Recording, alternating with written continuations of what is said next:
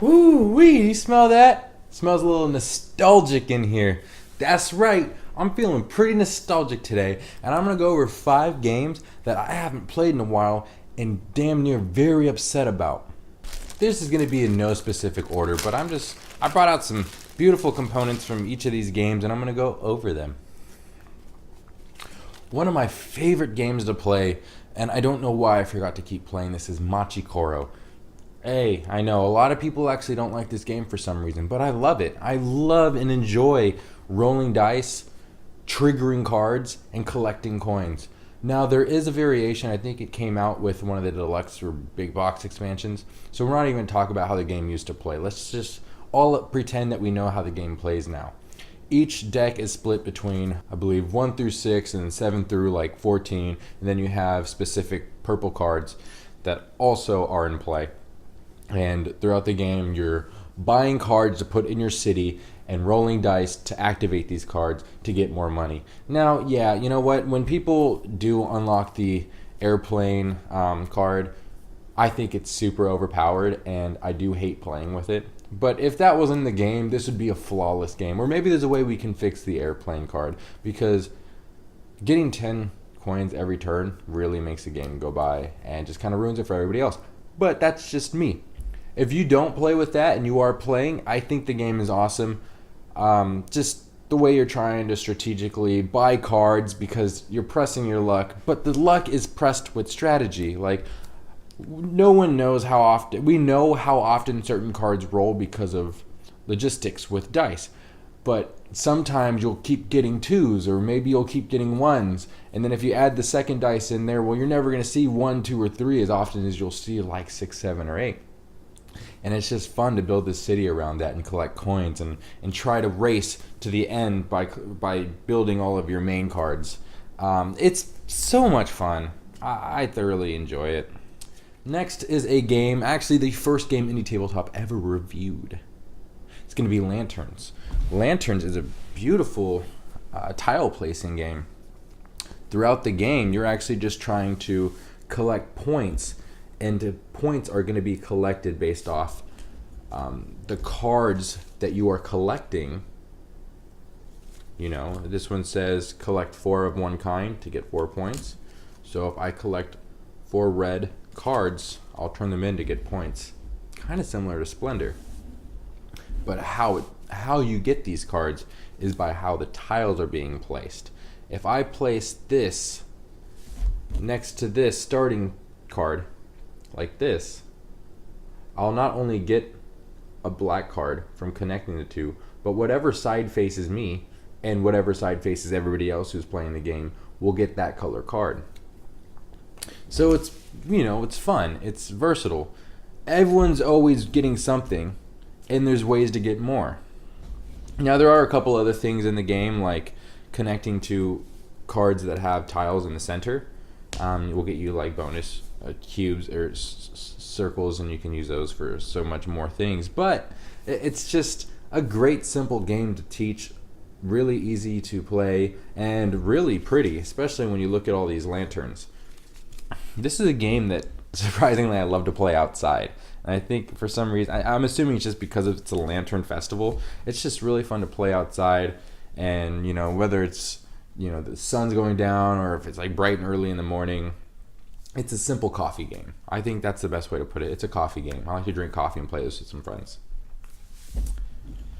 But since I brought it up, I'm going to go ahead and talk about one of my favorite games, and I love the components for this, Splendor. So Splendor, similar to Lanterns, is a resource gathering game, and you use these resources to collect the most points. Now, the resources come in the form of these awesome poker chip style cards. And what you are doing is, on your turn, grabbing these tokens and trying to grab enough tokens to collect some of these cards. And there's 3 levels of these cards. Very easy to grab, very difficult to grab.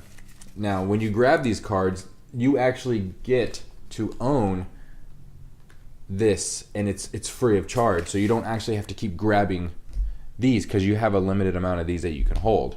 So throughout the game, you're trying to grab a lot of these by using these and then having these on hand, these resources all the time, so you can start getting higher cards which score more points. And then when you reach the point limit, you win the game. The artwork is awesome, but honestly, I think this is my favorite part of the game, is just how nice these poker chips feel. I haven't played it in a while, but this is probably the most... No, I lied. I lied just now. Spyfall is the most recent game I played of this. Oh, spoiler alert, Spyfall's here. This is second. But since I already talked about it, I'll say Spyfall. Spyfall is a great party game. In Spyfall, everyone who's playing is given a card. We're all at the same location, and we're also given like a specific title, person you could play as. One person's a spy, so they don't know where you guys are at. So throughout the game, you're asking each other questions, all trying to deduce who the spy is. While the spy is trying to, of course, fit in. So they'll be listening to the questions and answers and trying to formulate in their head where they are, because they don't want to be caught. You find the spy, you win. You don't find the spy, you lose. It's really fun, though. I mean, it's had a lot of great times in the game group. There's a lot of jokes that go along with it. And it's always brought to the table. There's so many locations, and I think they have a sequel now, so I might have to grab onto that. And last but not least, one of my favorite games, very high up there, Sheriff of Nottingham. This is one of the first times I've had to play with bluffing, aside from coup. But that's the thing. I liked coup, but I wanted to play more games like that. And that's, I don't know if that's just how it works for everybody, but I love that mechanic. I love bluffing. Anyways, with Sheriff of Nottingham, everyone takes turn playing the sheriff. What everyone else is going to be doing is trying to get very simple resources into the city, like chickens or apples. And you'll go to the sheriff and let them know what you're bringing into the city, and he'll let you through. But here's the thing. Sometimes you might sneak in mead or crossbows.